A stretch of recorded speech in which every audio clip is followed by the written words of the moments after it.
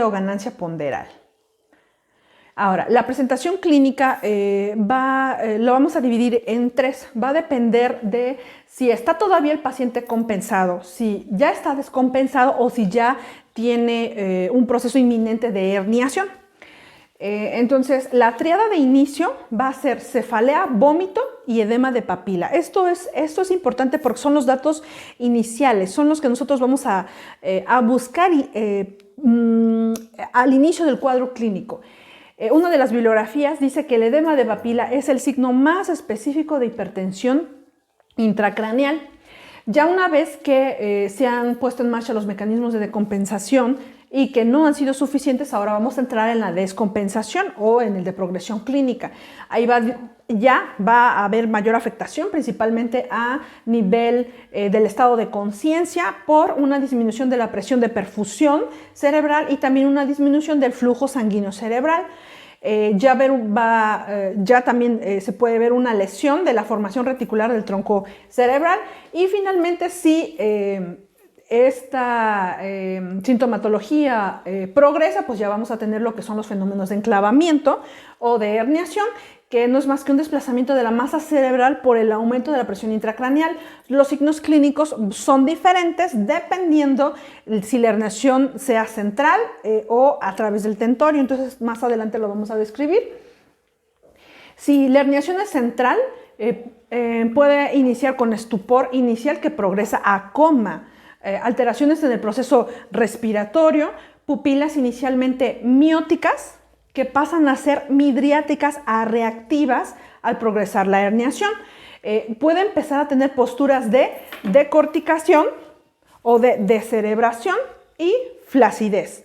Es importante que sepan que siempre les preguntamos la triada de Cushing, que es bradicardia, hipertensión arterial y alteraciones respiratorias, pero si ustedes leen la bibliografía, dice que la triada de Cushing ya es una triada que se encuentra en la sintomatología, pero ya tardía. Muchos dicen que cuando ya tiene riesgo inminente de herniación, entonces no tenemos que esperar hasta encontrar la triada de Cushing para hacer el diagnóstico o por lo menos para iniciar el tratamiento, ¿no? En cuanto a la herniación uncal, también se llama transtentorial. En esta va a haber afectación del tercer par, va a haber midriasis unilateral y va a ser unilateral al hemisferio cerebral que esté dañado y va a haber hemiparesia por lo general contralateral del hemisferio cerebral dañado. Entonces a la exploración física ustedes revisan al paciente y lo que van a presentar es midriasis, digamos que de un lado y que va a ser el lado afectado y van a tener hemiparesia en el lado contralateral. Ahora, en este esquema está descrito también específicamente 4 tipos de hernias según el lugar en el que esté afectado. Entonces vamos a tener una hernia subfalcina con una herniación de la circunvolución del cíngulo a través del laos, que se ve en esta parte, una hernia transtentorial central, que es la que estábamos comentando previamente, con un descenso del diencéfalo, el mesencéfalo y la protuberancia, que sería en esta porción. La hernia transtentorial lateral o uncal, que es un descenso del uncus hacia el interior de la cisterna supracelular a través del tentorio, con compresión del tronco cerebral, arteria cerebral posterior y tercer par craneal ipsilateral, que sería aquí. Entonces se está herniando. Y finalmente la cuarta, que es la hernia amigdalina, hay un descenso de las amígdalas cerebelosas a través del agujero magno, produciendo compresión del bulbo raquídeo y de la protuberancia. Las manifestaciones clínicas, en el caso de que sea subfalcina, va a ser compresión de la arteria cerebral anterior con un infarto cerebral secundario. En el caso de la hernia transtentorial central va a haber estupor que va a progresar a coma y está asociado también a alteraciones en el proceso respiratorio. Las pupilas van a estar midriáticas, reactivas, posturas de decorticación, descerebración y finalmente flacidez. En el caso de la hernia transtentorial o lateral o uncal va a haber midriasis unilateral al hemisferio cerebral dañado y hemiparesia del hemisferio cerebral dañado, que lo habíamos comentado, ¿no? En el caso de la hernia amigdalina, pues va a haber disfunción de los centros respiratorios, obviamente por el sitio en donde está, y cardíacos, y frecuentemente pues son mortales. En cuanto al diagnóstico, el diagnóstico es clínico. Inicialmente pues, puede presentar el paciente bradipsiquia, desorientación temporoespacial, estupor, coma, y puede, si progresa, llegar hasta la muerte cerebral. En cuanto al diagnóstico radiológico, pues si tuvo un trauma craneoencefálico o estamos sospechando también una fractura craneal, una RX de cráneo. La bibliografía dice que la TAC es el estudio de elección, pero la resonancia magnética es la más precisa. El problema es que a veces la resonancia no la tenemos disponible todos, por eso ponen a la tomografía como la de elección. La monitorización de la presión intracraneal, obviamente, como es un método invasivo, se tiene que realizar en una unidad de cuidados intensivos con medición de la presión de perfusión cerebral. En cuanto al ecodoppler transcraneal, este mide o permite la medición del flujo sanguíneo cerebral, también permite detectar alteraciones secundarias a la hipertensión intracraneal como disminución de la velocidad media. En este yo pondría un paréntesis en cuanto al ultrasonido. En el caso de los niños que todavía tienen fontanela, se puede hacer un ultrasonido transfontanelar también para visualizar, por ejemplo, si han aumentado los ventrículos en el caso de hidrocefalia o algo similar. En el electroencefalograma, obviamente, si se tiene, pues se le puede conectar al paciente para hacer detección precoz de crisis o de lesiones focales. Hay unidades de cuidados intensivos que ya tienen en su monitorización del paciente neurológico el electroencefalograma. También está la medición de la saturación yugular de oxígeno. Esta tiene que ver con la saturación venosa y los valores normales oscilan entre 55 y 75%. Existe también un protocolo en el que toman en cuenta esto, lo vamos a ver también al final, y también la presión tisular de oxígeno, que se abrevia PTiO2, es a través de electrodos que miden la presión del oxígeno disuelto en el intersticio cerebral y los valores normales son de 25 a 30 milímetros de mercurio. Ahora, existen indicaciones para la tomografía. Obviamente, si ya revisaron, lo primero es la evaluación clínica. Entonces, vamos a ver si tiene criterios y también vamos a ver qué esperamos encontrar en la tomografía.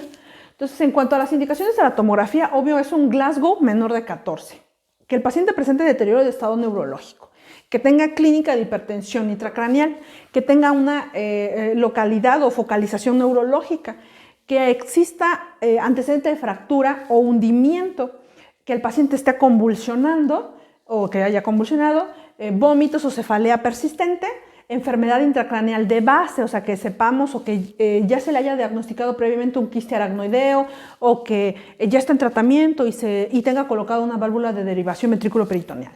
Entonces, ahora, ¿qué hallazgos? Si yo digo, si tiene indicado una TAC, le voy a solicitar la TAC. ¿Pero qué espero encontrar en la TAC? En la tomografía vamos a buscar hallazgos de presión intracraneal elevada como desplazamiento de la línea media. Entonces, en estas imágenes que tengo, las tres se ven en la línea media, pero si pudiera que tengan alguna hemorragia o algo así, y entonces les va a desplazar la línea media. Entonces, que se pierda esa simetría. Borramiento de los surcos cerebrales. En esta les puse esta imagen porque precisamente aquí ya no se alcanzan a ver los surcos cerebrales. Se ve como esa disminución o borramiento. Que haya también obliteración de cisternas basales perimesencefálicas. Que exista marca en huella digital o algo que se llaman imágenes digitiformes en la tabla interna del cráneo, en la hipertensión intracraneal crónica. Y aquí esta sí les puse una, no sé si alcanzan a ver, que efectivamente se ve un cambio radiológico impresionante o que no es difícil dejar de ver, ¿no? Y finalmente un aumento en el diámetro de la envoltura del nervio óptico de más de 6 milímetros de mercurio. Esto es específicamente, por ejemplo, en adultos. Entonces, obviamente, en niños tiene que ser mucho menor.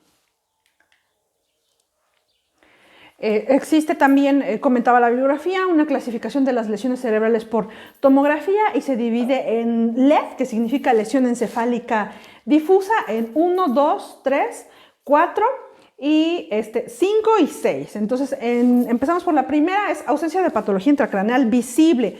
Recuerden que en la tomografía puede ser que visiblemente no se vea la lesión, pero eso no quiere decir que el paciente no tenga clínica. Entonces, siempre se debe hacer una correlación clínica con la tomografía. En el LED2 va a haber cisternas presentes y la línea media centrada o desviada, menos de 6 milímetros. Si existen lesiones hiperdensas, menos de 25 mililitros. Pueden existir también cuerpos extraños o fragmentos óseos, es un LED2. En un LED3 o swelling, vamos a ver cisternas comprimidas o ausentes, con línea media centrada o desplazada, pero menos de 6 milímetros. Y si existen lesiones hiperdensas, deben de ser también de menor de 25 milímetros. En el LED 4, desplazamiento de la línea media de más de 6, debe de ser aquí milímetros, no mililitros. Una lesión focal de menos de 25 mililitros. En la focal evacuada 5 es cualquier lesión que haya sido ya evacuada, o sea, sería una tomografía de control. Y en la lesión focal no evacuada o 6 va a haber una lesión hiperdensa de más de 25 mililitros. Ahora, en cuanto al tratamiento, el tratamiento se va a dividir en dos, en las medidas generales y en las medidas específicas. ¿Qué objetivo tiene el tratamiento? Pues es tratar de conseguir el flujo y la oxigenación cerebral que sean lo suficientes. Debemos de tener específicamente o tratar de lograr una presión de perfusión cerebral de 40 a 60 milímetros de mercurio, dependiendo de la edad, en niños con traumatismo craneal e hipertensión intracraneal. Otro de los objetivos es tratar de mantener la presión intracraneal pues menos de 20 milímetros de mercurio. Ya vimos que una bibliografía dice que le puedo permitir hasta 21, pero pues entonces no puedo permitir que suba más. Entonces, en general, menos de 20 milímetros de mercurio. Lograr también una saturación venosa yugular entre 55 y 75% y un ecodoppler sin hiperflujo o isquemia. O sea, también tenemos que tratar de ver que todo se trate de compensar o tratar de mantenerse dentro de lo más normal posible. Las medidas generales, pues vamos a seguir el A, B y C. El primero es la vía aérea, vamos a despejar la vía aérea, si es que tiene secreciones las vamos a retirar. El B siempre va a ser ventilación, entonces si el paciente vemos que empieza a tener alteraciones del estado de conciencia o también alteraciones en el patrón respiratorio, pues lo vamos a intubar, vamos a asegurar su vía aérea. Y se le inicia también el tratamiento. Y finalmente en lo circulatorio vamos a tratar de mantener la mejor perfusión en el paciente para también favorecer la perfusión cerebral inmediata, ¿no? Ahora, específicamente, las medidas que se recomiendan son: 1. Las medidas posturales. Se debe de realizar una elevación de la cabeza de 15 a 30 grados porque esto ayuda a disminuir la presión intracraneal. También está recomendado que la cabeza siempre esté en la línea media, que no se mueva. Entonces vamos a tratar de mantener la cabeza en la línea media de 15 a 30 grados. La pseudoanalgesia, también el dolor dice que aumenta la tasa metabólica. Entonces vamos a sedarlo con midazolam en infusión de 0.1 a 0.2 miligramos por kilo por hora o fentanil de 1 a 3 microgramos por kilo por hora. Uno es para la sedación, otro es para la analgesia. Algunos artículos, esto está todavía en discusión, dicen que también se pueden favorecer de becuronio, pero en otro artículo ya no mencionaban al becuronio, ¿no? Entonces, sedación, yo creo que sin problema con midazolam y la analgesia con el fentanil.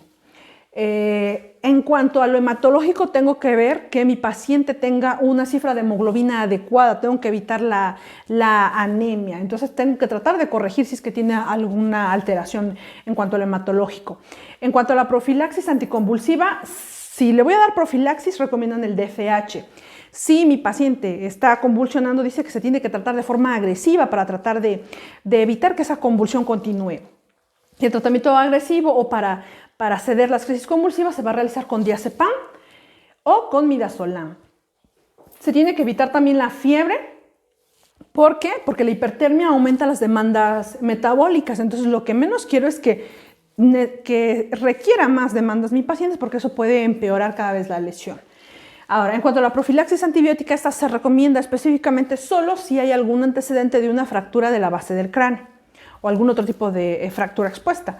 En cuanto al equilibrio hidroelectrolítico, voy a tratar de mantener la glucosa dentro de lo normal. De hecho, el artículo específicamente sugiere que se mantenga entre 100 y 120 miligramos por decilitro.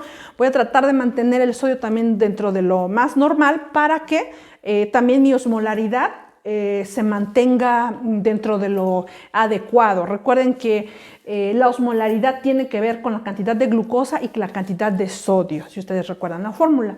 Entonces voy a tratar de mantener que mi paciente no tenga ninguna dismetabolia. Voy a tratar de mantenerlo lo más estable posible. Y finalmente, en cuanto al esteroide, comentan varios artículos que el esteroide está indicado solo en el caso de edema vasogénico en tumores o en abscesos. Solo en ese caso está indicado el esteroide. Específicamente en uno de los artículos comentaba que la dosis de dexametasona, que era lo que se recomendaba, era de 0.25 a 0.5 miligramos por kilo cada 6 horas con un máximo de 16 miligramos por día. Entonces, esta es la única indicación que está descrita para el uso de esteroide. Ahora, en cuanto al tratamiento médico antihipertensivo, bueno, el tratamiento se va a dividir en el médico y en el quirúrgico. En cuanto al médico, se utiliza la terapia hiperosmolar. ¿Con qué se realiza esta terapia? Pues con mannitol de 0.5 a 1 gramo por kilo, intravenoso en 20 a 30 minutos. Dice que no podemos sobrepasar 100 gramos. El otro tratamiento es con suero salino hipertónico al 3% en bolo, intravenoso a dosis de 5 mililitros por kilo. Este bolo puede repetirse cada hora siempre y cuando no se supere un nivel de sodio sérico de, aquí es 160 miliequivalentes por litro. Eso quiere decir que si yo estoy administrando sodio o estoy administrando mi tratamiento, también tengo que estar evaluando no nada más la respuesta clínica, sino también la respuesta a nivel de los electrolitos, principalmente el sodio. Entonces tengo que estar monitorizando mi sodio. También se puede dejar el suero salino hipertónico posteriormente en infusión continua y esa la dosis va a disminuir obviamente de 0.5 a 1.5 mililitros por kilo por hora, y eso es para mantener la presión intracraneal siempre, como habíamos dicho, nuestro objetivo menos de 20 centímetros de agua. Ahora, en cuanto al tratamiento quirúrgico, el tratamiento quirúrgico también tiene su indicación. Entonces está indicado en pacientes en los que no se logra el control de la hipertensión con medidas farmacológicas. O sea, ya le hice el ABC, le inicié las medidas farmacológicas, no responde, ok, entonces sí se valoraría o solicitaremos una interconsulta para valorar el tratamiento quirúrgico. También está indicado en el drenaje de líquido cefalorraquídeo a través de derivaciones externas que permiten tanto medir la presión intracraneal como evacuar el líquido cefalorraquídeo. Entonces, si necesito un drenaje, obviamente necesita tratamiento quirúrgico. Y también en caso de la descompresión quirúrgica, esta se basa en la realización de una craniectomía descompresiva en la que se retira parte del cráneo para permitir compensar esa elevación de la presión intracraneal. Recuerden que todo está dentro de la bóveda craneal y pues como es un hueso, pues no da de sí, no es flexible el hueso, ¿no? Entonces lo que se hace es una craniectomía para tratar de liberar un poquito esa presión. Ahora, hablaban también, les voy a mandar este artículo, del tratamiento farmacológico en la hipertensión intracraneal idiopática o pseudotumor cerebri. En este se puede utilizar acetazolamida, que actúa disminuyendo la producción de líquidos cefalorraquídeo, pero este es específicamente en esta patología, en la hipertensión intracraneal idiopática.